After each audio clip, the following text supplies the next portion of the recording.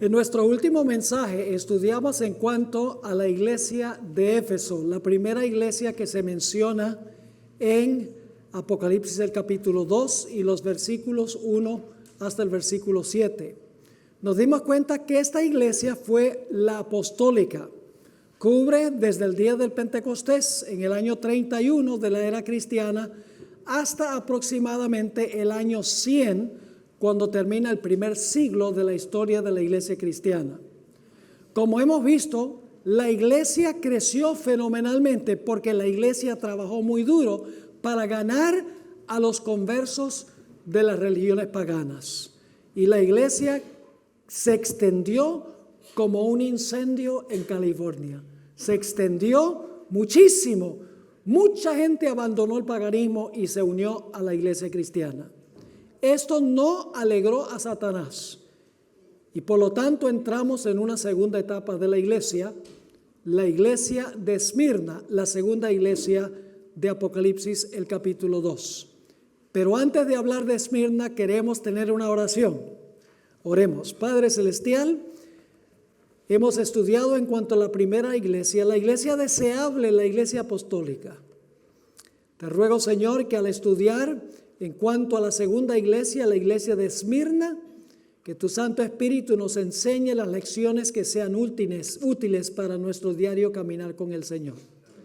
Gracias, Padre, por escuchar nuestra petición, porque te lo pedimos en el poderoso nombre, que es sobre todo nombre, el nombre de Jesús. Amén. Satanás no estaba contento de que la iglesia había sustraído del paganismo a multitudes de personas para unirse a la iglesia cristiana. Y por lo tanto, Satanás se propuso a extirpar, a eliminar la iglesia por medio de la persecución de los emperadores romanos. Vamos a leer en primer lugar el pasaje que describe a la iglesia de Esmirna. Se encuentra en Apocalipsis 2 y los versículos 8 al 11. Apocalipsis 2, 8 al 11. Y a medida que leamos, por favor recuerden los detalles, porque vamos a analizar los detalles uno por uno. Dice allí en el versículo 8: y escribe al ángel de la iglesia de Esmirna, el primero y el postrero, el que estuvo muerto y vivió. Importante ese detalle. El que estuvo muerto y vivió, hablando de Jesús. Dice esto: yo conozco tus obras y tu tribulación y tu pobreza, pero tú eres rico. Y la blasfemia de los que se dicen ser judíos y no lo son, sino sinagoga de Satanás. No temas en nada lo que has de padecer. He aquí el diablo echará a algunos de vosotros en la cárcel para que seáis probados y tendréis tribulación por 10 días. Sé fiel hasta la muerte y yo te daré la corona de la vida. El que tiene oído, oiga lo que el Espíritu dice a las iglesias. El que venciere no sufrirá daño de la muerte segunda. Ahora, la iglesia de Esmirna, más específicamente la ciudad de Esmirna, era la sede del culto al emperador romano. Una vez al año, cada ciudadano romano tenía que quemar incienso en un altar en honor a la divinidad del emperador. El imperio luego, después que el ciudadano romano quemaba incienso en honor a la divinidad del emperador, se le emitía un certificado de que había cumplido con el requisito. Y cualquier ciudadano que no cumplía con el requisito cada año de quemar incienso en honor de la divinidad del emperador, sufría la pena de muerte. Así de serio era. El nombre Esmirna significa mirra dulce amarga. El Imperio Romano usaba la mirra para embalsamar a los muertos. Es muy interesante que el nombre cuadra con la época. Roma usaba la mirra dulce y amarga para embalsamar a los muertos. El nombre le cuadra muy bien a esta iglesia. El mensaje a la iglesia de Esmirna tiene mucho de lo que yo llamo lenguaje de muerte, pues este es el periodo en que el Imperio Romano inmoló a los cristianos que eran fieles al Señor Jesucristo. Satanás tratando de desarraigar a la iglesia que estaba creciendo como fuego. En el año 107 después de Cristo, echaron a Ignacio, obispo de Antioquía, a los leones en el anfiteatro de Esmirna. Antes de morir, Ignacio pronunció las siguientes memorables palabras: que me devoren las bestias salvajes, por medio de lo cual podré alcanzar la presencia de Dios. Soy el trigo de Dios, y las bestias salvajes me muelen, a fin de que pueda ser hallado el pan puro de Cristo. Persuadid a las bestias para que sean mi sepulcro, y no dejen nada de mi cuerpo, para que cuando me haya dormido no sea un estorbo para nadie. Ese era el espíritu de los fieles cristianos perseguidos por el Imperio Romano. Policarpo, quien fue obispo de Esmirna, nació en el año 69, así que debe haber conocido al apóstol Juan. Fue quemado en la hoguera en el año 156 después de Cristo. Y antes de morir, demostró su inquebrantable fidelidad al Señor Jesús en las siguientes palabras: por 86 años he sido su esclavo, hablando esclavo de Jesús, y no me ha hecho él ningún mal. ¿Cómo puedo blasfemar a mi rey, quien me ha salvado? Ese era el espíritu de los que eran inmolados por los emperadores romanos. Se mantenían firmes y lo consideraban un honor, no solo vivir por Jesús, sino también entregar sus vidas por Jesús. Ahora, noten nuevamente Apocalipsis 2, 8 y 9. Dice: escribe al ángel de la iglesia de Esmirna, el primero y el postrero, el que estuvo muerto y vivió, dice esto: yo conozco tus obras y tu tribulación y tu pobreza, pero tú eres rico. Ahora, la palabra tribulación que se usa aquí, Jesús dice: yo conozco tu tribulación, es una palabra que en el griego significa llevar una carga que aplasta o estar bajo una presión intensa. Y la iglesia en esta época estaba en esa condición por la sencilla razón de que los emperadores romanos estaban persiguiendo sin misericordia a la iglesia. Satanás tratando de eliminar a la iglesia por persecución, porque estaba creciendo fenomenalmente. No solo llevaba esta iglesia una carga que aplasta o una presión intensa, sino que dice el relato que era una iglesia pobre, gente que no tenía dinero, le confiscaban las casas, prácticamente les quitaban inclusive la ropa para pelear con las bestias salvajes en el anfiteatro de Roma. Era una iglesia en términos materiales pobre, pero el relato dice que era una iglesia rica. Ahora, ¿cómo puede una iglesia pobre ser también una iglesia rica? No era rica en bienes materiales, era rica en otro sentido. Vamos a anotar algunos textos. Estamos en la página 57, si están en el manual. Lucas 12 y el versículo 21. Aquí encontramos que dice lo siguiente: así es el que hace para sí tesoro y no es, ¿qué cosa? Rico para con Dios. Esta es la conclusión de una parábola que contó el Señor Jesucristo. ¿Recuerdan el hombre que cada vez construía graneros más grandes para guardar sus bienes y se enriqueció. Y el Señor Jesucristo dijo: esta noche es demandada a ti tu alma. Pues esta es la conclusión de la parábola. Hay personas que se hacen tesoros en este mundo, pero no son ricos para con Dios. ¿Qué significa eso, ser ricos para con Dios? Vamos a notar lo que dijo el apóstol San Pablo en 1 de Timoteo, el capítulo 6 y los versículos 17 al 19. A los ricos de este siglo, es decir, los que tienen dinero y muchas posesiones materiales en este mundo, a los ricos de este siglo, manda que no sean altivos, ni pongan la esperanza en las riquezas, las cuales son inciertas, sino en el Dios vivo, que nos da todas las cosas en abundancia para que las disfrutemos. Que hagan bien, y ahora viene la frase clave, que sean, ¿qué clase de ricos? Ricos en buenas obras. Eso es ser rico para con Dios.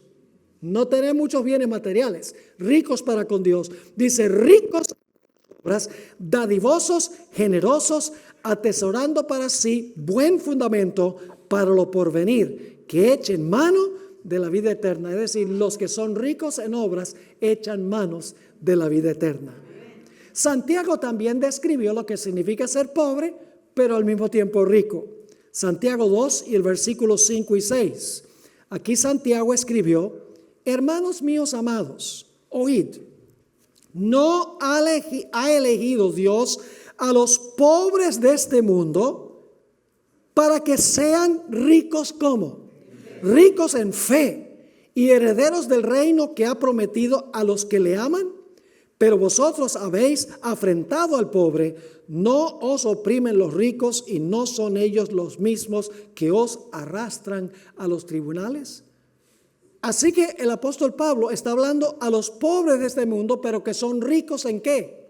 Ricos en fe, ricos en obras. En ese sentido se puede ser pobre económicamente, pero rico ante la vista de Dios. Esto nos hace pensar de Moisés. ¿Saben que Moisés podría haber sido el próximo faraón de Egipto? El hombre más grande de ese tiempo, con todo el oro y con toda la plata y con toda la arquitectura y con toda la fama en todo el mundo. Moisés podría haber escogido eso, pero en vez de eso escogió salir de Egipto con un pueblo rebelde, que todo el tiempo se estaba quejando, porque Moisés no miraba las riquezas terrenales, sino una mayor riqueza. Vamos a leer Hebreos 11, 24 al 26, para ver qué significa la verdadera riqueza.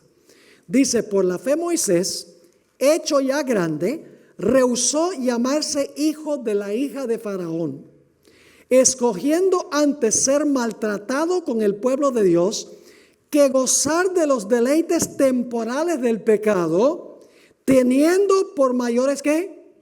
Por mayores riquezas el vituperio de Cristo que los tesoros de los egipcios, porque tenía puesta la mira en el galardón, es decir, el galardón celestial. La iglesia de Esmirna era una iglesia económicamente pobre. No tenía en qué recostarse en términos materiales, pero era una iglesia rica en obras, rica en fe, que tenía su enfoque puesto en el galardón como Moisés. Es decir, aunque era pobre materialmente, ante la vista de Dios era una iglesia rica. ¿Están entendiendo? Ahora, también se menciona en relación con esta iglesia que tenía en su medio personas que decían que eran judíos, pero que no eran judíos. Ahora, ¿cómo es posible que un judío no sea judío? Tenemos que mirar eso. Vamos a leer Apocalipsis 2:9. Yo conozco la blasfemia de los que se dicen ser ¿qué? Judíos y no lo son, sino que son ¿qué cosa? Sinagoga de Satanás. ¡Wow! En vez de ser judíos, dicen que son judíos, en vez de ser judíos, en realidad son sinagoga de Satanás. Ahora, ¿qué quiere decir esto? Tenemos que mirar el periodo histórico de la iglesia de Esmirna. En Esmirna vivían muchos judíos que trataban hostilmente a los cristianos. Estos judíos se vincularon con Roma, es decir, con el Imperio Romano, para denunciar a los cristianos como caníbales, ateos y promotores de sedición contra el gobierno romano. Es decir, que los judíos de esa época acusaban a los cristianos de ser caníbales, ateos y promotores de sedición contra el imperio. Mientras estos judíos profesaban ser hijos de Dios, estos judíos perseguían a los cristianos y así se hacían culpables de blasfemia. Juan 8, ahora vamos a entender cómo es posible que un judío que dice que es judío no es judío. Juan 8 nos ayuda a entender cómo es posible que un judío literal sea judío sin serlo en verdad. Jesús afirmó que los judíos de su época, que profesaban ser judíos, hijos de Dios e hijos de Abraham, en realidad eran hijos del diablo. Es decir, eran judíos según la carne, pero al rechazar a Cristo no eran judíos en el sentido espiritual de la palabra. Vamos a leer Juan 8, versículo 37 al 41 y luego el versículo 44. ¿Es posible que una persona que profese ser judía en realidad no es judía si persigue a los seguidores de Jesús? Sí. Aquí Jesús le dice a los judíos de su época: yo sé que sois descendientes de Abraham. En otras palabras, yo sé que ustedes son judíos, pero procuráis matarme porque mi palabra no haya cabida en vosotros. Yo hablo lo que yo he visto cerca del Padre y vosotros hacéis lo que habéis oído cerca de vuestro Padre. Respondieron y le dijeron: nuestro padre es Abraham. Jesús les dijo: si fueseis hijos de Abraham, es decir, Jesús, ¿qué significa la palabra sí allí? Si fueseis. Significa que ustedes en realidad son judíos, pero ¿qué? Pero no son.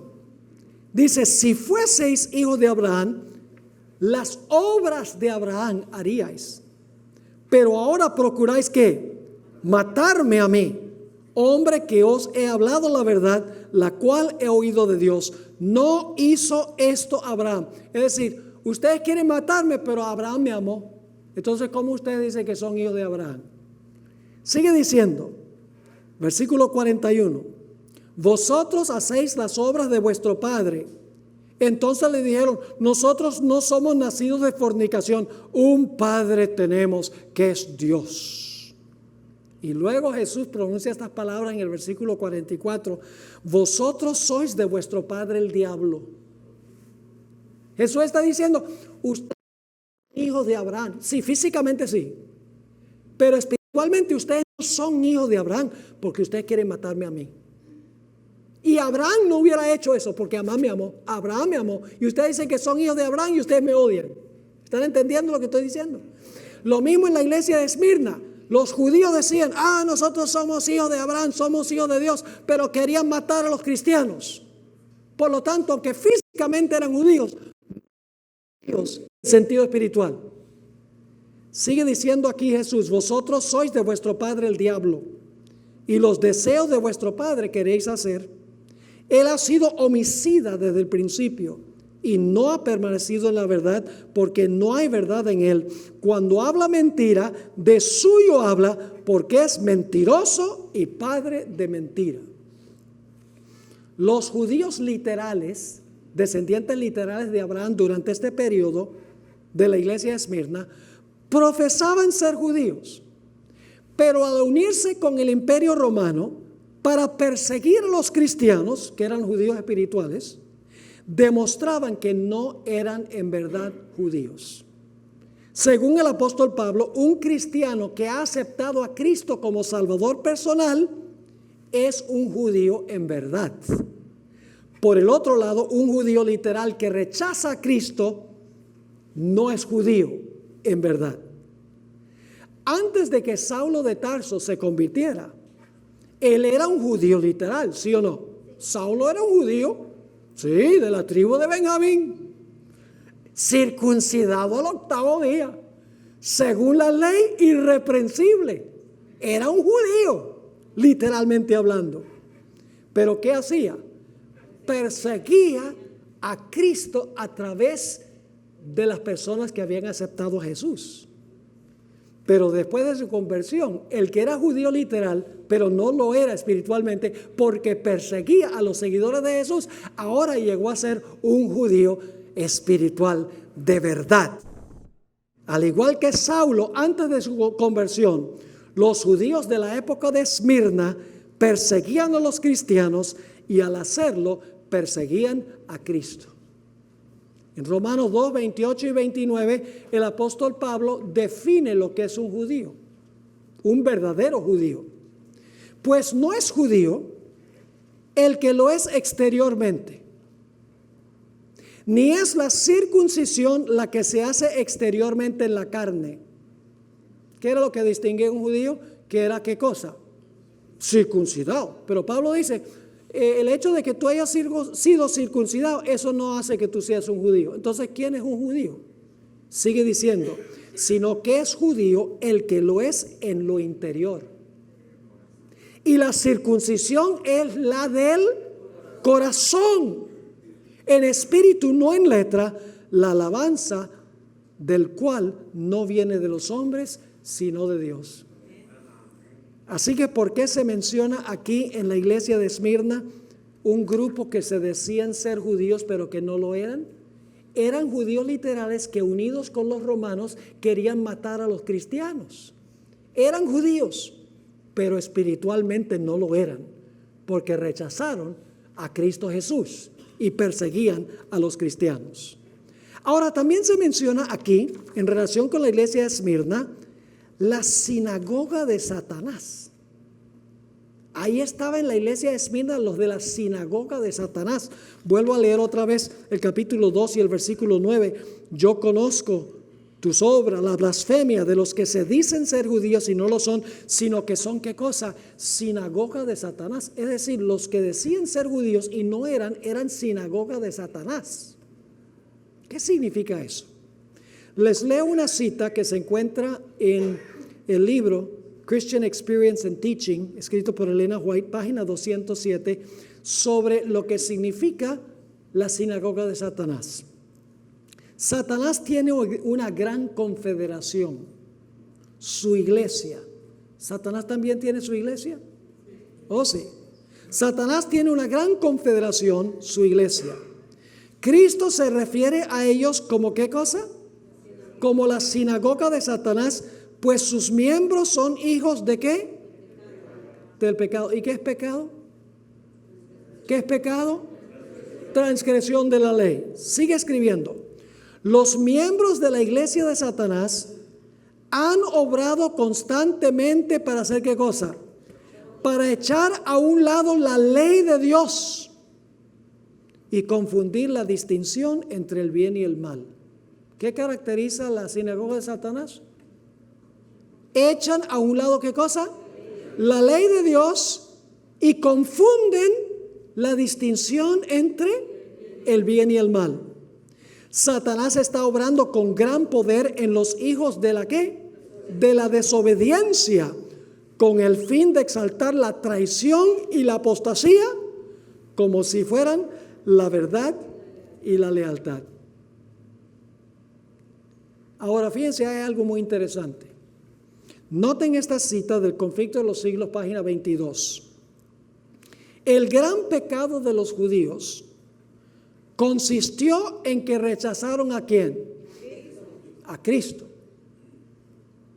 El gran pecado del mundo cristiano en estos últimos días, el gran pecado del mundo cristiano iba a consistir en que rechazaría ¿qué cosa? La ley de Dios, que es el fundamento de su gobierno en el cielo y en la tierra. ¿Cuál fue el pecado de los judíos? Rechazar a Cristo. ¿Cuál será el pecado del mundo cristiano al final de la historia? Rechazar la ley. Y usted dice, bueno, eso son dos cosas distintas. Rechazar a Cristo y rechazar la ley son dos cosas distintas. No, no son dos cosas distintas. Vamos a leer la siguiente cita, el manuscrito 77 de 1899. dice Jesús era la encarnación de la ley. Es decir, Jesús era la ley vivida en su persona. Jesús era la encarnación de la ley, la cual es una transcripción de su carácter. Es decir, la ley es una copia escrita de quién es Jesús. Entonces yo pregunto, ¿cómo el mundo cristiano puede rechazar el reflejo y decir que ama a Jesús? Usted no puede decir yo amo a Jesús y odio la ley, porque la ley es un reflejo de Jesús. Es el mismo pecado. Los judíos rechazaron a Jesús. El mundo cristiano va a rechazar la ley, que es un reflejo de Jesús. Es el mismo pecado, pero visto desde dos perspectivas distintas. Es decir, la sinagoga de Satanás eran aquellos que rechazaban la ley de Dios y que, dice aquí, confundían la distinción entre el bien y el mal. Y había esos en la iglesia de Esmirna. Ahora estamos en la página 59. En Apocalipsis 2:10 nos dice algo más en cuanto a la iglesia de Esmirna. Le dice Jesús a esta iglesia perseguida que habían algunos que decían que eran judíos, aunque no eran judíos, porque rechazaban a Cristo, estos judíos, porque perseguían al cuerpo de Cristo. El Señor Jesucristo le dijo a esa iglesia: no temas en nada lo que vas a padecer. He aquí el diablo echará a algunos de vosotros, ¿dónde? El diablo iba a echar a algunos de los de la iglesia de Esmirna a la cárcel. ¿Con qué propósito? Para que seáis, ¿qué? Probados. Y tendréis tribulación, ¿cuánto tiempo? Por 10 días. Sé fiel hasta la muerte, y yo te daré la corona de la vida. Jesús le advirtió a la iglesia de Esmirna que pasaría por un periodo severo de persecución. Satanás, como mencioné, influyó sobre los emperadores romanos que se unieron con los judíos para echar a la cárcel a muchos de los que pertenecían a la iglesia de Esmirna. Esto probó al máximo la fidelidad de los que pertenecían a esta iglesia. Por eso dice que iban a ser echados a la cárcel, y eso significaría que iban a ser, ¿qué cosa? Iban a ser probados. Su fe iba a ser probada, en otras palabras. Ahora, quiero leerles una descripción que da el diccionario exegético del Nuevo Testamento sobre lo que significa la palabra probados, que iban a ser echados en la cárcel e iban a ser probados. ¿Qué significa esa palabra probados? Aquí, en esta publicación que define el significado de palabras griegas, se explica lo que significa esta palabra. Esta prueba va acompañada de pesadumbre, riesgo, incertidumbre y aún el peligro de desconfiar. Es decir, cuando la prueba viene, hay el peligro de ¿qué? De desconfiar. Y lo acompaña pesadumbre, riesgo, incertidumbre. Sigue definiendo, dependiendo del contexto, la prueba puede ser positiva, es decir, una prueba en que una persona exhibe su fidelidad, o puede ser también negativa, una tentación a fracasar. Siendo que las personas son casi los únicos objetos de tal prueba en el Nuevo Testamento, la confianza, la fidelidad y la obediencia también juegan un papel. Es decir, la iglesia de Esmirna iba a pasar por una severa prueba. Satanás iba a echar a muchos a la cárcel y su fe iba a ser severamente probada. Y así fue durante el periodo de las persecuciones de los emperadores romanos. Dicho sea de paso, las pruebas no vienen para desanimarnos. Dios permite que vengan las pruebas para fortalecernos. Es como los 3 jóvenes que fueron echados al horno. ¿Ustedes creen que la fe de ellos fue más fuerte cuando salieron del horno que cuando iban a ser echados al horno? Sí. ¿Ustedes creen que la fe de Daniel era más fuerte después de salir del foso de los leones que antes de entrar al foso? Sí. Las pruebas no son para quebrarnos, para quitarnos la fe. Las pruebas tienen el propósito de afianzarnos y de fortalecer nuestra fe. Y eso es lo que pasó con la iglesia de Esmirna. Ahora, ¿qué representa los 10 días en que los cristianos iban a ser perseguidos y echados en la cárcel? Bueno, en la Biblia hay un principio que se conoce como el principio que un día equivale a un año en las profecías. Es decir, los 10 días de persecución iban a ser ¿cuántos años? Iban a ser 10 años. Y esto se cumplió históricamente en una forma precisa. Desde el año 303 hasta el año 313 después de Cristo, un emperador con el nombre de Diocleciano persiguió mordazmente a los cristianos. Muchos murieron, muchos fueron echados en la cárcel durante ese periodo de 10 años, del año 303 al año 313. El historiador Roland Bainton, que era un experto en la historia eclesiástica, escribió esto en cuanto a este periodo. A principios del siglo IV, el emperador Diocleciano inició un nuevo intento de exterminación.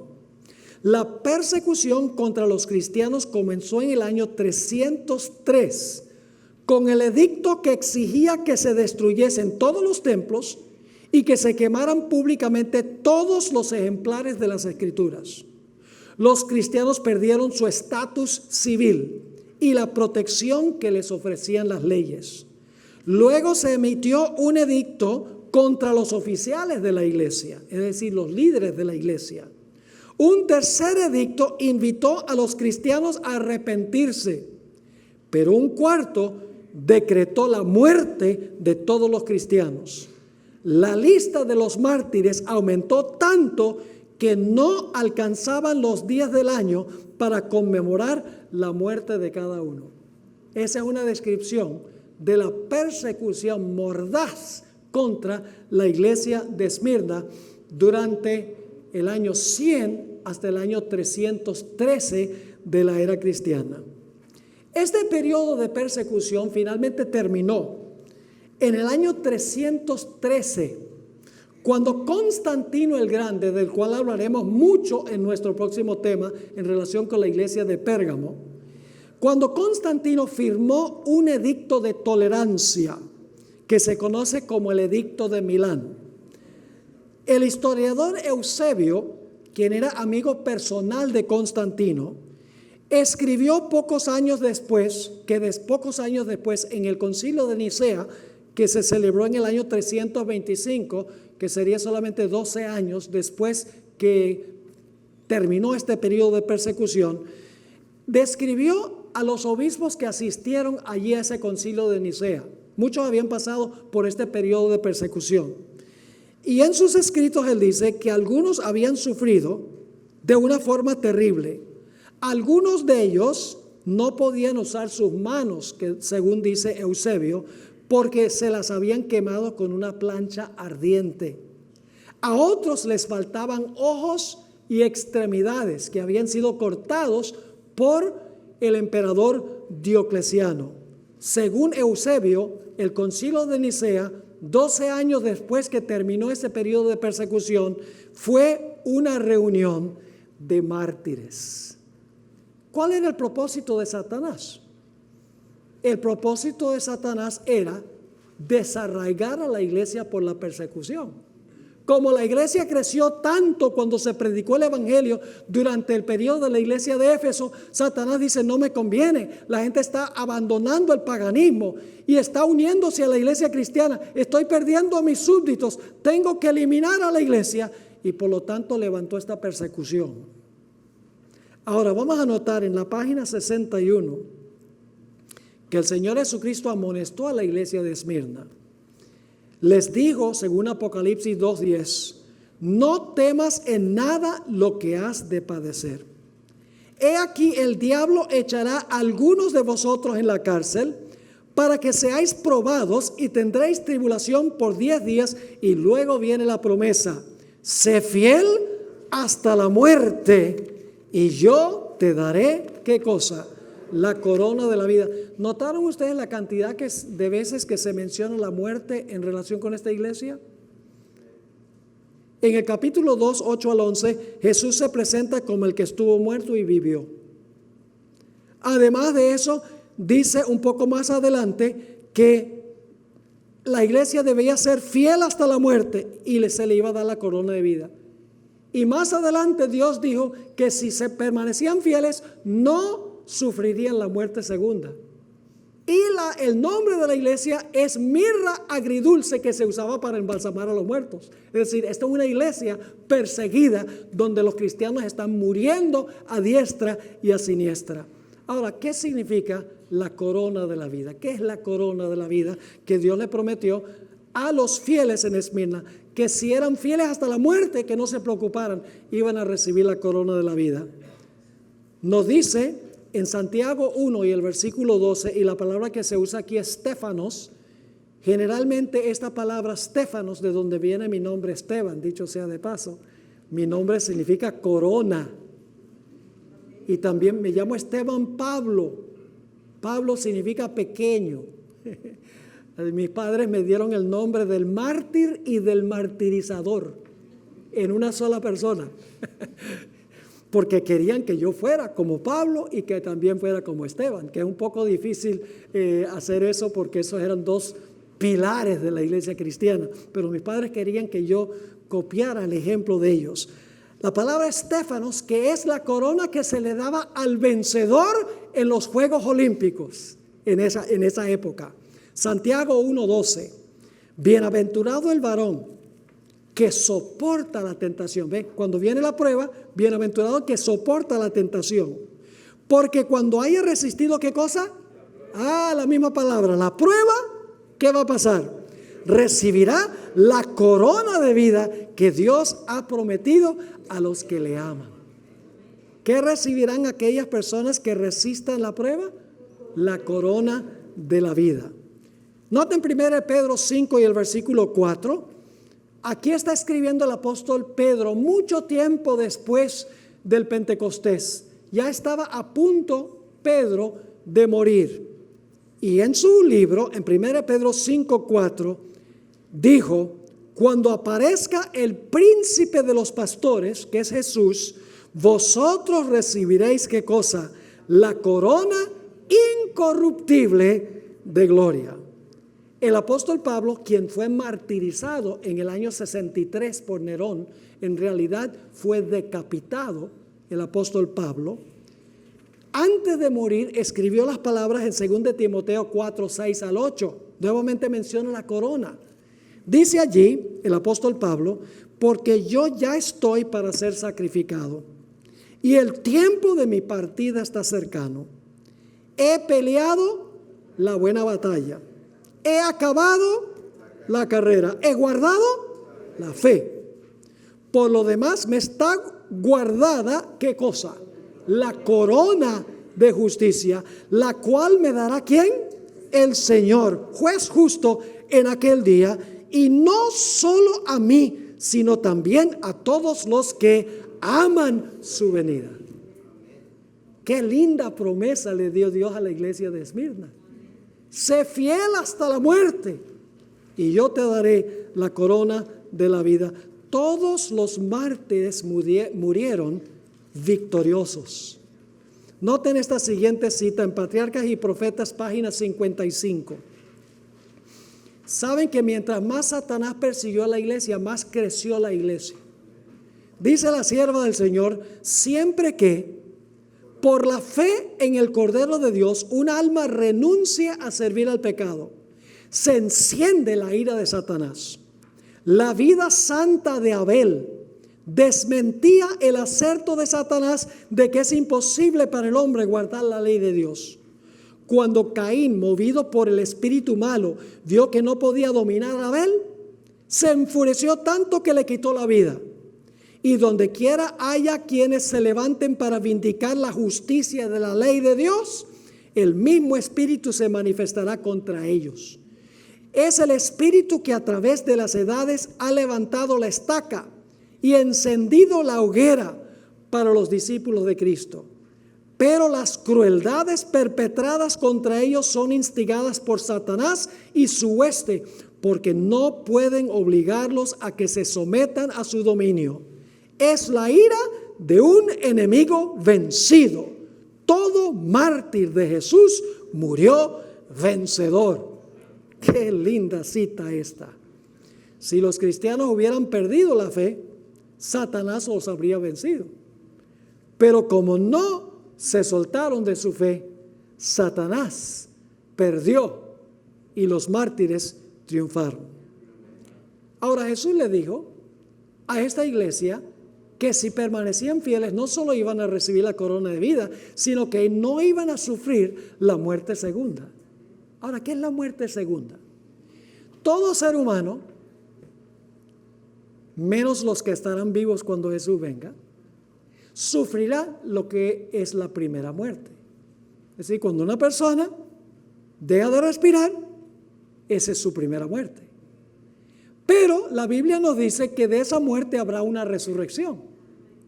Los que hayan aceptado a Cristo como Salvador y hayan vivido una vida con Él, íntima con Él, no van a morir más. Solo mueren la primera vez. Resucitan a vida eterna para vivir eternamente. No sufrirán muerte. Pero los impíos que murieron antes de la venida de Jesús, los que rechazaron a Cristo y lo demostraron en su vida, esas personas no solo van a sufrir la muerte física que sufre la gente cuando va al sepulcro, sino que después de los 1000 años van a resucitar y entonces sufrirán la muerte segunda, que es la muerte de la cual no habrá una resurrección. Es una muerte eterna. Jesús ya había dicho que no debemos temer a los que pueden matar el cuerpo, pero no pueden matar el alma. Es decir, los que nos pueden quitar la vida ahora, pero no nos pueden quitar la vida eterna.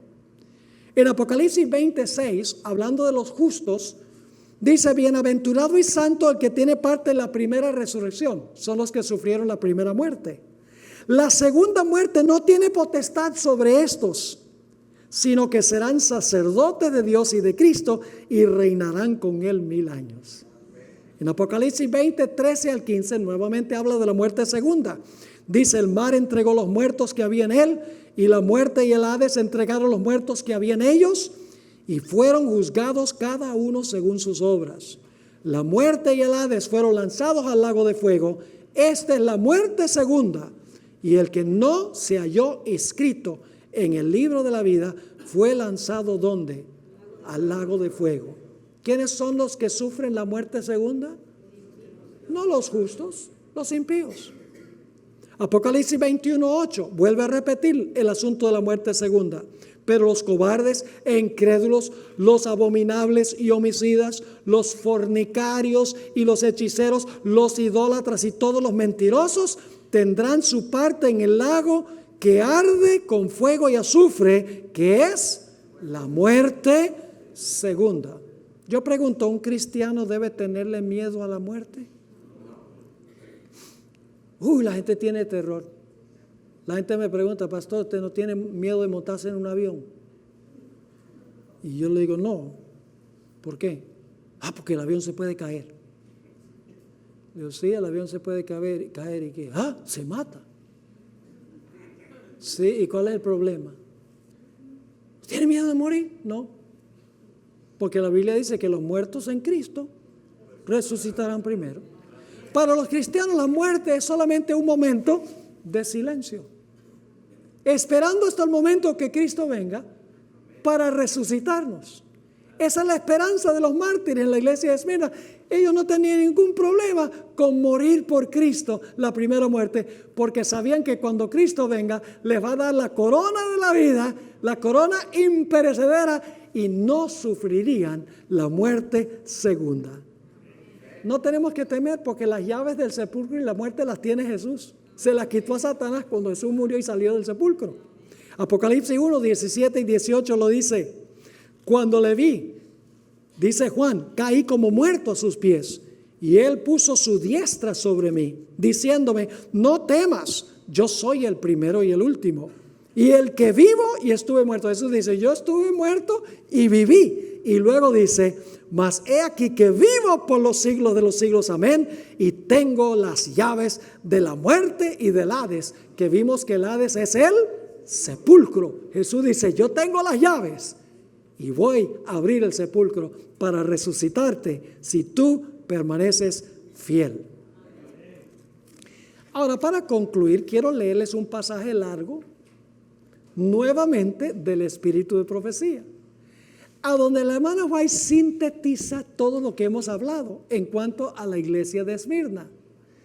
Este pasaje se encuentra en el libro Conflicto de los Siglos, página 38 a la página 40. Es un pasaje largo, pero va a estar en pantalla, así que ustedes van a poder seguir la lectura. Dice en cuanto a al periodo post-apostólico, los poderes de la tierra y del infierno se coligaron para atacar a Cristo en la persona de sus seguidores. El paganismo previó, paganismo significa la religión del Imperio Romano, el paganismo previó que de triunfar el evangelio, sus templos y sus altares serían derribados. Y reunió el paganismo sus fuerzas para destruir el cristianismo. Se incendió el fuego de la persecución. Los cristianos fueron despojados de sus posesiones. Por eso era una iglesia pobre, pero ¿qué? Pero rica. Dice, los cristianos fueron despojados de sus posesiones y expulsados ¿de dónde? De sus hogares. Todos ellos sufrieron gran combate de aflicciones. Experimentaron vituperios y azotes, y a más de esto, prisiones y cárceles. Muchos sellaron su testimonio, ¿cómo? Con su sangre. Nobles y esclavos, ricos y pobres, sabios e ignorantes, todos eran muertos sin misericordia.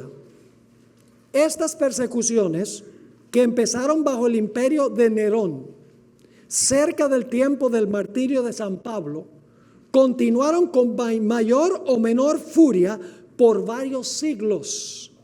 Los cristianos eran inculpados calumniosamente de los más espantosos crímenes y eran señalados como la causa de las mayores calamidades, hambres, pestes y terremotos. Es decir, cada vez que hay un terremoto, ya esos son los cristianos. Cada vez que había un hambre, una pestilencia, una enfermedad, ya la culpa la tienen los cristianos. Como eran objeto de los odios y sospechas del pueblo, no faltaban los delatores que por vil interés estaban listos para vender a los inocentes. Se les condenaba como rebeldes contra el imperio, enemigos de la religión y azotes de la sociedad. Muchos eran arrojados a las fieras o quemados vivos en los anfiteatros. Algunos eran crucificados. A otros los cubrían con pieles de animales salvajes y los echaban a la arena para ser destrozados por los perros. Estos suplicios constituían a menudo la principal diversión en las fiestas populares. Grandes muchedumbres solían reunirse para gozar de semejantes espectáculos y saludaban la agonía de los moribundos con risotadas y aplausos. ¿Están captando el cuadro de la iglesia de Esmirna? Sigue escribiendo. Doquiera fuesen los discípulos de Cristo en busca de refugio, se les perseguía como a animales de rapiña. Se vieron pues obligados a buscar escondite en lugares desolados y solitarios. Anduvieron destituidos, afligidos, maltratados, de los cuales el mundo no era digno, andando descaminados por los desiertos y por las montañas y en las cuevas y en las cavernas de la tierra. Las catacumbas ofrecieron refugio a millares de cristianos. Son túneles debajo de la ciudad de Roma. Ni siquiera se han descubierto todavía todos los túneles a donde se escondían los cristianos. Así que dice, las catacumbas ofrecieron refugio a millares de cristianos.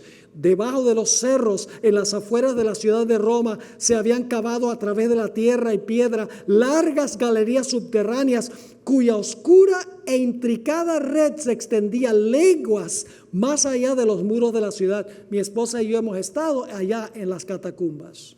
Es algo emocionante pensar de las personas que se escondieron allí durante el periodo de la iglesia de Esmirna. Sigue escribiendo, en estos retiros los discípulos de Cristo sepultaban a sus muertos, es decir, enterraban a sus muertos ahí en las catacumbas y hallaban hogar cuando se sospechaba de ellos y se los proscribía. Cuando el dispensador de la vida despierte a los que pelearon la buena batalla, muchos mártires de la fe de Cristo se levantarán de entre aquellas cavernas tenebrosas. ¡Wow! ¡Qué tremendo será eso! En las persecuciones más encarnizadas, estos testigos de Jesús conservaron su fe sin mancha, a pesar de verse privados de toda comodidad y aún de la luz del sol, mientras moraban en el oscuro pero benigno seno de la tierra, no profirieron quejas. Con palabras de fe, paciencia y esperanza, fíjense, las mismas palabras que se usan para describir la iglesia de Esmirna. Con palabras de fe, paciencia y esperanza se animaban unos a otros para soportar la privación y la desgracia. La pérdida de todas las bendiciones temporales no pudo obligarlos a renunciar su fe en Cristo. Las pruebas y la persecución no eran sino peldaños que los acercaban más al descanso y a la recompensa, que ya vimos que es la corona de la vida. Sigue, como los siervos de Dios en los tiempos antiguos, muchos fueron muertos a palos, no admitiendo la libertad para alcanzar otra resurrección mejor.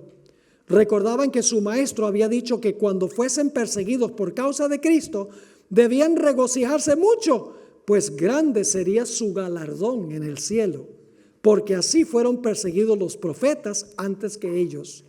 Se regocijaban de que se los hallara dignos de sufrir por la verdad y entonaban cánticos de triunfo en medio de las crepitantes hogueras. Mirando hacia arriba por la fe, veían a Cristo y a los ángeles que desde las almenas del cielo los observaban con el mayor interés y apreciaban y aprobaban su entereza. Descendía del trono de Dios hasta ellos una voz que decía: sé fiel hasta la muerte y yo te daré la corona de la vida. Así es que sabemos que ella está describiendo el periodo de Esmirna. Ahora dice ella: vanos eran los esfuerzos de Satanás para destruir a la iglesia de Cristo por medio de la violencia. La gran lucha en que los discípulos de Jesús entregaban la vida no cesaba cuando estos fieles portaestandartes caían en su puesto. Triunfaban por su derrota. Los siervos de Dios eran sacrificados, pero su obra seguía siempre adelante. El evangelio cundía más y más y el número de sus adherentes iba en aumento. Fíjense que mientras más persecución, más aumentó el grupo de los cristianos. Alcanzó hasta las regiones inaccesibles para las águilas de Roma. Dijo un cristiano, reconviniendo a los jefes paganos que atizaban la persecución: atormentadnos, condenadnos, desmenuzadnos, que vuestra maldad es la prueba de nuestra inocencia. Vuestra maldad es la prueba de nuestra inocencia. De nada os vale vuestra crueldad. No era más que una instigación más poderosa para traer a otros a su fe. Más somos cuanto derramáis más sangre, que la sangre de los cristianos es semilla. Porque la gente que observaba cómo los cristianos morían cantando con una sonrisa en el rostro, sintiendo que era un honor morir por el nombre de Jesús, decían, oye, esta gente, mire, si la gente está dispuesta de morir por lo que cree, entonces debe valer la pena vivir la vida que ellos viven. Sigue diciendo, miles de cristianos eran encarcelados y muertos, pero otros los reemplazaban. Y los que sufrían el martirio por su fe quedaban asegurados para Cristo y tenidos por Él como vencedores.